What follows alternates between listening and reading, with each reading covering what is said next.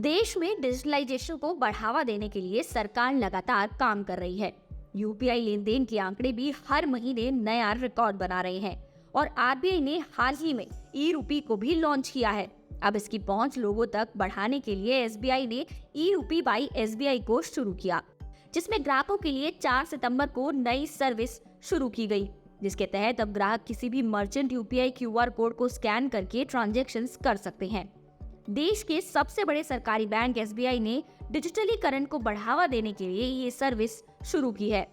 Bank ने जानकारी दी है कि वो यूपीआई इंट्रोपेरेबिलिटी सर्विस को शुरू कर रहा है। बता दें कि एसबीआई के डिजिटल रुपी को सेंट्रल बैंक डिजिटल करेंसी यानी कि सीबीडीसी कहा जाता है। इस सर्विस के शुरू होने के बाद ग्राहक आसानी से ऑनलाइन भुगतान कर पाएंगे।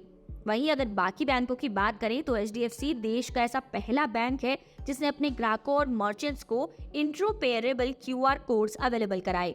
इसके बाद कैनरा बैंक, एक्सिस बैंक और येस बैंक ने इस फैसिलिटी को दिया और अब एसबीआई ये सुविधा लेकर आया है। एसबीआई ने कहा कि इसमें ग्राहक ई रूपी बाई एसबीआई एप्लीकेशन के जरिए आसानी से यूपीआई पेमेंट कर सकते हैं।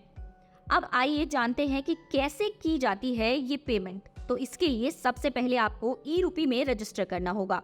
अब आप ई रूपी वॉलेट में पैसे अपलोड करेंगे। अगर आप एसबीआई के ग्राहक हैं तो आप बैंक की ऑफिशियल वेबसाइट पर जाकर लोड ऑप्शन को सिलेक्ट कर सकते हैं। इसके बाद आप अपने लिंक्ड अकाउंट से पैसे ट्रांसफर कर सकते हैं। ई रूपी वॉलेट में पैसे जैसे ही अपलोड हो जाते हैं, ऐप आसानी से यूपीआई पेमेंट करने के लिए अवेलेबल हो जाता है। इसके अलावा आप आसानी से भारतीय रिजर्व बैंक के ई रुपया से पेमेंट कर सकते हैं।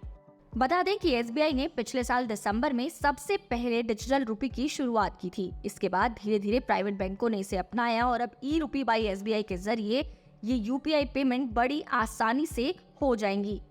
एसबीआई बैंक ने अपने बयान में कहा कि वो डिजिटल पेमेंट के क्षेत्र में क्रांति लाना चाहता है। एसबीआई देश का सबसे बड़ा सरकारी बैंक है। ऐसे में बैंक से जितने ज्यादा लोग जुड़ेंगे उतना ही फायदा मिलेगा। बैंक का मानना है कि इस सर्विस के जरिए सीबीडीसी इंटीग्रेशन का दायरा भी और बढ़ सकता है और इससे देश के तेजी से डिजिटली आगे बढ़ने की पूरी उम्मीद है।